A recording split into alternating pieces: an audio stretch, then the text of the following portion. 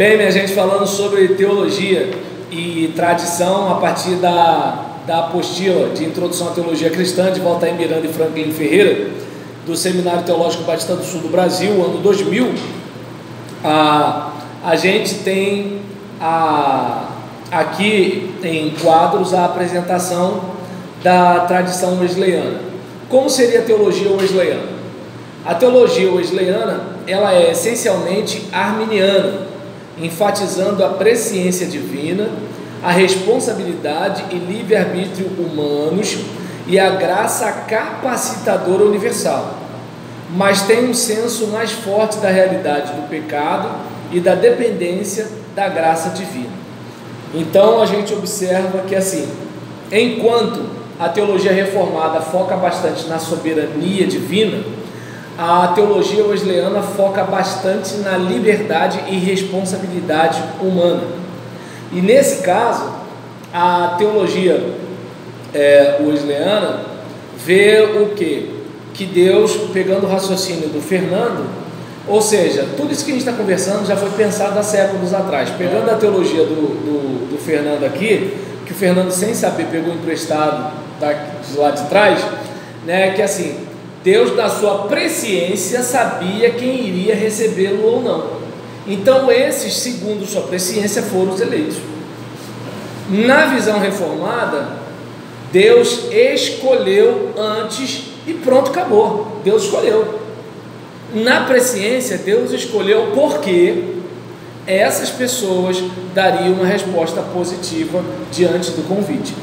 E aí, dada essa situação, há uma ênfase da graça como capacitadora, ou seja, em vez de ser aquela graça irresistível, do tipo, olha, eu ofereço e você não tem como resistir, é uma graça do tipo, olha, eu estou abrindo os seus olhos, estou tirando as escamas dos seus olhos para você enxergar, e agora que você está enxergando bem, decide, você quer isso ou não quer. Deu para perceber a diferença? Enquanto a graça é irresistível, né? Por exemplo, digamos que eu seja Deus, eu escolhi salvar a Rose, mas eu escolhi rejeitar a Vanessa. No aspecto da presciência, né? Eu escolhi salvar a Patrícia antes da fundação do mundo, porque na história da humanidade a Patrícia receberia a apresentação do Evangelho, e nisso que ela fosse capacitada com a graça para enxergar a revelação, ela daria uma resposta positiva. Eu não escolhi o André, porque o André, nesse momento, mesmo bastante esclarecido, iluminado naquele momento ali, ele ainda iria dizer, não, eu prefiro a vida que eu estou tendo, entendeu? Fevereiro tem carnaval, tem um Fusca e um violão. Sou Flamengo e tenho uma nega chamada Tereza, entendeu? Vamos ver, depois do carnaval a gente pensa isso daí, o evangelista. E aí, ainda tem isso. Tem uma ressalva aí? Hã? Tem uma ressalva? Tá, qual a ressalva? Minha esposa é preta e o André é Tereza. É mesmo? E você é Flamengo? Hã? Não, sou vascaíno. Quando ele falou eu percebi que ele ia ter uma resposta diferente. Aí... Não. Aí quem é Deus na teologia wesleyana? É soberano, ou seja, o wesleyano, ele não vê Deus sem ser soberano, ele só enfatiza mais a responsabilidade e liberdade humana, coisa que o reformado enfatiza menos, né? E aí nisso Deus é soberano, mas resolve conceder livre-arbítrio aos seres humanos. Na teologia luterana não tem livre-arbítrio nenhum, como a gente observa. Na teologia wesleyana, aí sim, embora Deus seja soberano, ele falou o seguinte, olha, como disse o pregador Lu do Apocalipse 16, a chave da vida está em suas mãos está o poder da decisão, né? É mais ou menos assim. Então, não, mas é fácil você concordar, você é pentecostal. Se você fosse presbiteriana, você não ia pensar assim. Então, é só a gente pensar porque você é pentecostal. Não é não? Então tá bom. Todo mundo seria convertido. Então ele respeita a opinião de cada tem pessoas que não querem aceitar o Senhor e querem viver de outro jeito, então vive e o Senhor aceita. Hoje evangelizei uma semana, não está nem aí, meu irmão. É que a gente não tem presbiteriano aqui, gente. Mas qualquer coisa, vocês vão no YouTube e vejam lá. Predestinação, igreja reformada. Só tem um negócio, se vocês forem convencidos pelos caras, não arruma tumulto na igreja de vocês. Sai de fininho e vai para a igreja presbiteriana. Exatamente, tá? Pelo amor de Deus. É porque tem gente, Marília, que vai no YouTube, aí quer mudar a sua igreja, entendeu? Pô, tá dando para entender? Que nem o cara vai lá, assiste o programa da Adventista do Sétimo Dia. Aí ele começa na escola dominical da igreja dele dizer que todo mundo tem que guardar o sábado. Pô, cara, vai para Adventista. Agora tu quer mudar a igreja toda aqui. Tá dando para entender? Oi. A sua opinião particular nesse assunto aí? Eu sou batista. Como batista, o que eu vejo? Eu vejo a soberania divina, mas eu percebo o seguinte: como é que Deus, agora é minha opinião, né? Como é que Deus vai me condenar para o inferno se Ele já me fabricou para ir para o inferno? Ué, Ele vai me condenar por uma coisa que Ele que fez? Eu nem sabia que eu ia nascer, eu nem sabia que eu ia existir, eu nem sabia que eu ia para o inferno. Como é que eu vou ser responsabilizado por isso? E a Bíblia fala muito de responsabilidade, mas isso é raciocínio, entende? Eu não estou pegando o caminho do mistério, tal, porque assim, o reformado, ele vai ter uma explicação para isso, entende?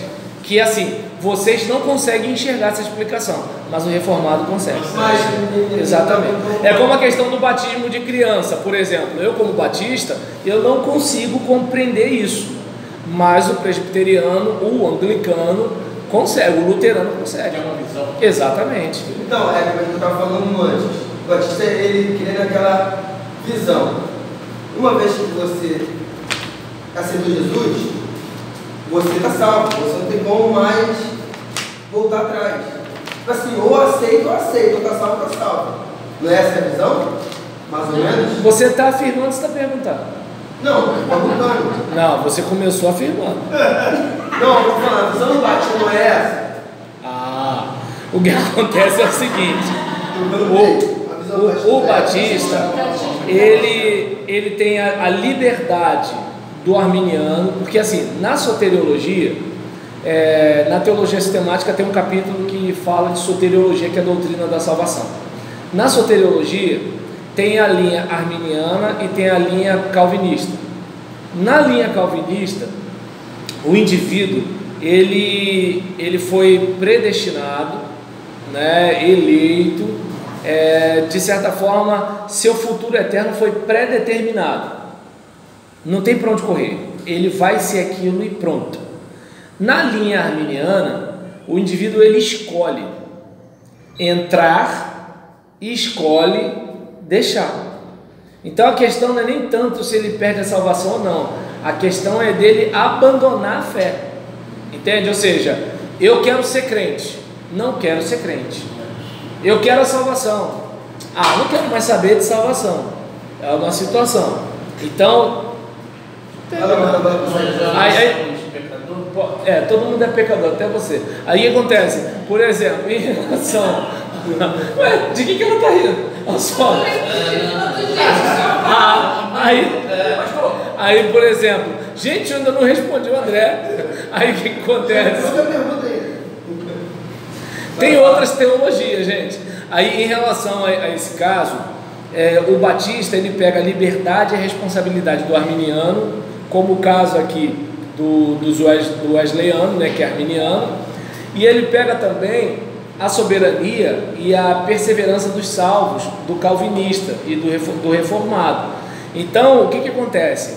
Eu entro porque eu fiz uma escolha, e eu não perco mais essa salvação, porque o filho nunca vai deixar de ser filho. O que pode acontecer de repente ele se iludir com alguma coisa, ele tropeçar em alguma coisa. Vou pegar 2 exemplos de afastamento da igreja. Tem um cara que se afastou da igreja por causa do carnaval. Tem a menina que se afastou da igreja porque ela já está com 30 anos, não arrumou namorado, e o único namorado que apareceu é o camarada do baile. Então o que aconteceu? Jesus, eu te amo muito, mas eu quero ser feliz. Então ela deixou Jesus por causa do namorado, né? Tem essa pessoa. Mas tem também aquele que dentro da igreja se afastou. Ele vai para a igreja, ele prega, ele ora, ele canta hino, mas ele e Jesus já estão longe há muito tempo.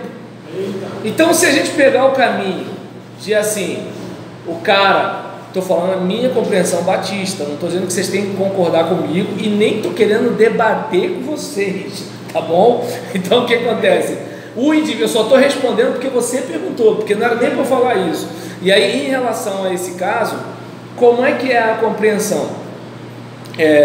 Se a gente pegar o caminho, né, da perda da salvação por cada pecado, não vai ficar ninguém na igreja, porque às vezes, por exemplo, você está pregando, aí a Marília começa a bocejar na sua frente, aí o Renan começa a conversar com o Tainan, aí, né, tal, a Vanessa, enquanto você está pregando, ela já é a terceira vez que ela vai lá fora, tá dando para entender? E Rose cochila, só tem Irene prestando atenção em você. A tendência é você fazer o quê? Ficar indignado e começar a botar um pouco mais de força em algumas coisas, né? É uma luta para você se controlar e apresentar a palavra, mas o tal do Satanás vai te cutucar, e aí nessa situação, vai, claro que vai. E aí acontece, a tendência é de repente você se deixar levar e cair na provocação, porque de repente eles fazem sem intenção, mas tem gente ruim que faz de propósito, e aí acontece, tem, filho, claro que tem. Aí nesse caso, pode não ter na minha igreja nem na sua, mas lá em Nárnia tem. Aí nesse caso, em relação a isso, aí o que acontece? Você falou uma coisa que não devia, pecou. Se a gente pegar o caminho da perda da salvação, segundo o meu raciocínio, o pregador roda a cada culto.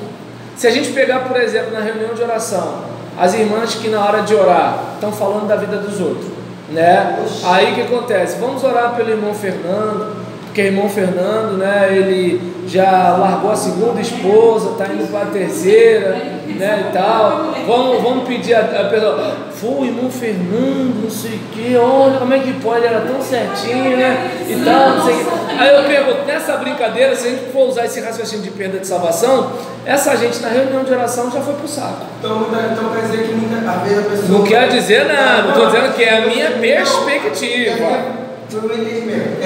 Depois vocês voltam para a igreja de vocês. Eu aprendi lá no seminário. Não, pelo amor de Deus.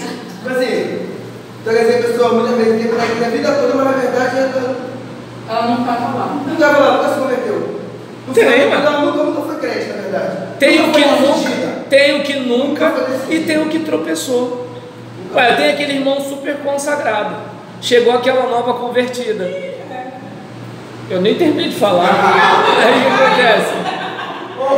Aí aquela nova convertida foi se aproximando dele e tal. Aí eles foram namorar. Só que ela está vindo de um ritmo totalmente diferente. A tendência é o quê? Ele tropeçar. Está dando para entender? E assim, não é necessariamente por mal. Eu não vou nem dizer que é por mal da própria menina. Tá entendendo? É o seguinte, poxa, ela tinha um ritmo de namoro totalmente diferente lá. O cara aqui estava sem namorar há 1000 anos. Junto um cara sem namorar 1000 anos e uma menina que namorava 100 por hora. Pô, tu tá entendendo? E aí o que acontece? Eu não estou dizendo que ela estava com... Entende? Vocês estão achando engraçado, né? Por exemplo, eu não estou dizendo que ela está com má intenção e nem ele. Aí a gente vai botar essa gente no inferno. Pelo amor de Deus, eu não estou defendendo fornicação, tá bom, gente? Eu só estou como pastor, calçando o sapato de quem tropeça. Mas isso não chama realidade do dia a dia, pastor. O problema não é tropeçar, o problema é permanecer. Isso aí, isso aí, exatamente. O dia, por exemplo, que eu estava, o dia que eu estava com a licença do meu carro atrasada há 2 meses, né? A polícia me parou. E o pessoal ficou no meu ouvido assim, dá cinquentinha, quando eu pensei que eu tinha 1000 e pouco para dar, reboque, depósito, não sei o que lá, minha carne tremeu. E aí eu fui para casa quase chorando, porque eu estava sem dinheiro de passagem, tinha voltado de uma visita de uma ovelha no hospital que estava com infecção generalizada. E aí o que acontece? E nessa época estava essa questão, né, da mala de dinheiro do Gedel, esses negócios todinho. Aí eu fui com minha Bíblia, meus livros, tudo dentro do bebê conforto no meu colo, eu andando mais ou menos uns 4 quilômetros, né, pensando em tudo, né, e assim, olhando para uma situação daquela, eu falei, tanto marginal no meu bairro, né, eu morava em São João de Meriti, agora eu moro em Caxias, então não tem marginal onde eu moro, tá bom? Só no meu morar. E aí nesse tanto marginal no meu bairro, tanto isso, tanto aquilo, esse cara está fazendo isso comigo, e a questão não é nem só ele, o Estado está fazendo isso com alguém como eu, que não está deixando de fazer o negócio porque não quer fazer, mas é porque é o seguinte, tem leite, tem fralda, aluguel, luz, tem isso, tem aquilo outro, tu vai tocando flauta, vai pagando o que dá, né? E aí onde eu quero chegar, por exemplo, se eu soubesse de um membro da minha igreja que tivesse dado 50, eu poderia até continuar dizendo que está errado, mas eu entenderia, porque eu sei a luta que foi para eu manter a tal da minha integridade. A minha integridade me levou o dinheiro que eu não tinha, né, para pagar um negócio que assim, eu ia pagar bem menos, e aqueles 1.000 e pouco, eu ia fazer o quê? Eu podia investir em alguma coisa na minha casa, comprar até uma televisão grande, coisa que eu não tenho. Então, essa é a situação de, por exemplo, a gente não deve pecar, só que se o nosso irmão pecar, a gente precisa lembrar que assim, a gente tem telhado de vidro, entendeu? É claro que é o seguinte, se vocês forem para o ministério pastoral, não contem com misericórdia dos outros, não contem. Pastor, por exemplo, pisou na bola no casamento, vai todo mundo dizer que ele é safado, não adianta. Até o cara que traiu a mulher e ele ajudou vai dizer que ele é safado, não adianta, tá entendendo? Pastor ficou devendo um dinheiro a não sei quem, até o cara que ele emprestou dinheiro pro cara e o cara não pagou vai dizer que ele é caloteiro, não adianta, entendeu? Mas agora, tá dando para entender? Mas agora, se vocês forem para o ministério pastoral, eu não sei se dá para vocês perceberem, o povo já tem acusação suficiente de Satanás, né? Eu não estou dizendo que a gente não deve pregar contra o pecado. Se vocês me assistirem pregando, vocês vão ver que eu largo aço. Tem gente até que fala que eu não tenho amor e tudo quando eu prego. Eu largo aço mesmo, sem pena, mas eu estou pregando contra o pecado.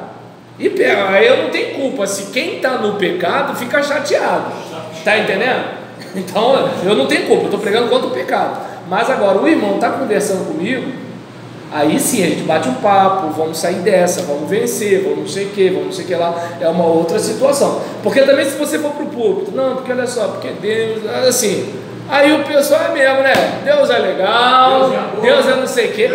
Tem isso também, infelizmente, rola, entendeu? Você estava conversando comigo hoje? Você já perguntou, né? Não, isso não. Brincadeira, né? Ó, eu posso dar aula particular, eu tô querendo ganhar um dinheiro. Eu tô querendo.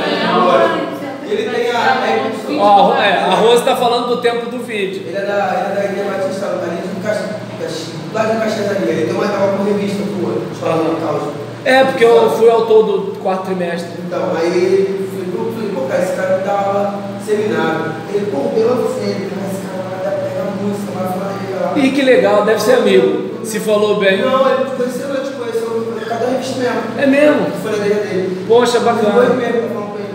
Ah, legal. Então, já que foi para falar bem de mim, valeu. Então, minha gente, a gente vai para... ainda não terminamos o Wesleyano. Então, só um instantinho, Rose, porque agradece o André. Deixa a gente terminar aqui, né, a compreensão da salvação, né, pela teologia wesleyana. Deus predestinou para a salvação. Deixa eu ver aqui. Opa, peraí. Deixa eu ver aqui. A Bíblia é revelação. A Bíblia é revelação divina, o padrão supremo para a fé e para a prática. Todavia, existem 4 meios pelos quais a verdade é mediada: a Escritura, a razão, a tradição e a experiência. Ou seja, a Bíblia é revelação divina, mas a verdade ela é mediada por 4 meios, né? A Escritura, a razão, a tradição e a experiência, o quadrilátero wesleyano. A Escritura possui autoridade suprema. Depois da Escritura, a experiência, aquilo que a gente sente, né? A experiência contínua a ser melhor, a ser a melhor evidência do cristianismo. Salvação na teologia wesleyana. Deus predestinou para a salvação aqueles que ele viu de antemão, que iriam arrepender-se e crer. Eleição condicional. Aquela dos reformados é incondicional. A wesleyana é condicional, ou seja, tem um se na parada. E aí nisso, Cristo sofreu pelos pecados de toda a humanidade, não apenas dos eleitos como os reformados. Assim sendo, a expiação é ilimitada. Ele morreu por todo mundo, pagou pelo pecado de todo mundo. A salvação pode ser perdida pelo crente, e por isso a pessoa deve esforçar-se para não cair e se perder. Ou seja, fica sempre vigiando para você não perder a sua salvação. Cristo não pagou a penalidade dos nossos pecados, pois se o tivesse feito, todos seriam salvos. Antes, Cristo sofreu pelos nossos pecados, para que o Pai pudesse perdoar aqueles que se arrependessem e crescem, né? Então assim, ele pagou a dívida como se assim, eu depositei um dinheiro, sacou, o dinheiro é seu. Não sacou, o dinheiro não é seu. Eu mandei um arquivo para você. Se você fizer um download, você tem um arquivo. Se você não fizer o download, negativo. Eu te passei um cheque. Se você compensar, o dinheiro é seu. Se não compensar, deu para entender a mentalidade? Não é assim, eu mandei, pronto, é certo, está garantido. E aí nisso, Cristo sofreu pelos nossos pecados, para que o Pai pudesse perdoar aqueles que se arrependessem e crescem. A morte de Cristo foi um exemplo da penalidade do pecado e do preço do pecado. A salvação é um processo de graça com 3 passos: graça preveniente, graça justificadora e graça santificadora. A graça preveniente é a obra universal do Espírito entre o nascimento e a salvação de uma pessoa.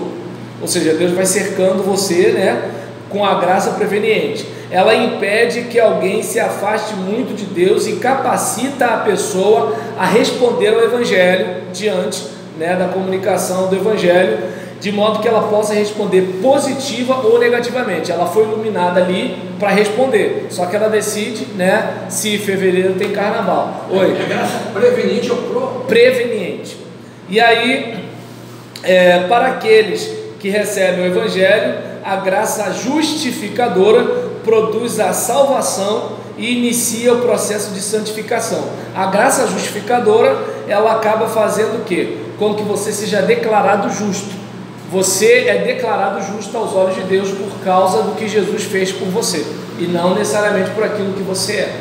E aí, o crente tem como alvo a obtenção da inteira satisfação que é produzida pelo Espírito Santo em uma segunda obra da graça. A inteira santificação significa que a pessoa foi aperfeiçoada em amor.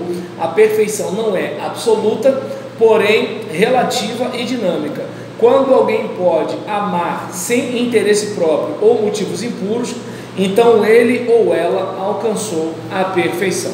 Então aqui está a teologia da tradição wesleyana, e no próximo vídeo a gente vai falar sobre a teologia liberal.